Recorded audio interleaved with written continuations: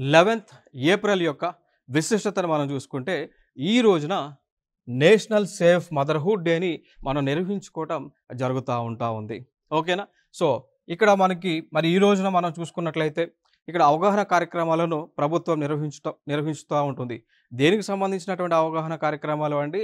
Mother. So, తల్లి యొక్క డెలివరీకి సంబంధించినటువంటి అంశాలు, సేఫ్టీగా ఇక డెలివరీ ప్రికాషన్స్ ఏ విధంగా తీసుకోవాలి అనేటువంటి అంశాలు, ప్రసూతి యొక్క ఆరోగ్యం గాని, గర్భధారణ సంరక్షణ మరియు సురక్షితమైనటువంటి ప్రసవం గురించి అవగాహన పెంచేటువంటి ఉద్దేశంతోనే ఈ యొక్క దినోత్సవాన్ని మనం జరుపుకోవడం జరుగుతా ఉంది.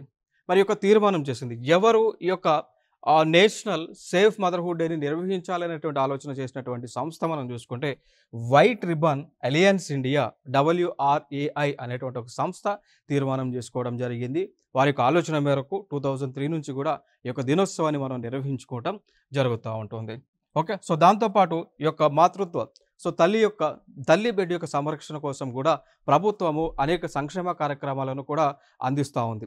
జనని సురక్ష యోజన అనేటువంటి ఒక ప్రోగ్రామ్‌ని లాంచ్ చేయడం జరిగింది. సో, దీని యొక్క ముఖ్య ఉద్దేశం మనం చూసుకున్నట్లయితే ఇక్కడ హాస్పిటల్స్‌లోనే ఈ యొక్క ప్రసవం అనేటువంటిది సేఫ్‌గా జరగాలి అనేటువంటి ఉద్దేశంతో ఈ జనని సురక్ష యోజన అనేటువంటి పథకాన్ని లాంచ్ చేయడం జరిగింది. దాని తర్వాత ప్రధానమంత్రి మాతృవందన యోజన అనేటువంటిది కూడా ప్రభుత్వం లాంచ్ చేసింది.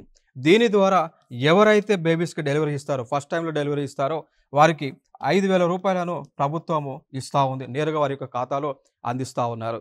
సెకండ్ డెలివరీలో బేబీ గర్ల్ అయితే గనక సో వారికి 6,000 రూపాయలను డీబీటీ ద్వారా తల్లుల యొక్క ఖాతాలో జమ చేస్తూ ఉంది ప్రభుత్వము ఈ యొక్క స్కీమ్ ద్వారా. ఇక దాని తర్వాత ఇంకొక స్కీమ్ మనం చూసుకుంటే లక్ష్య ప్రోగ్రామ్ మనం చూసుకోవచ్చు. సో, ఈ ప్రోగ్రామ్ ద్వారా హాస్పిటల్స్‌లో హెల్త్ కేర్ ఫెసిలిటీస్‌లను డెవలప్ చేయడం జరుగుతూ ఉంటుంది.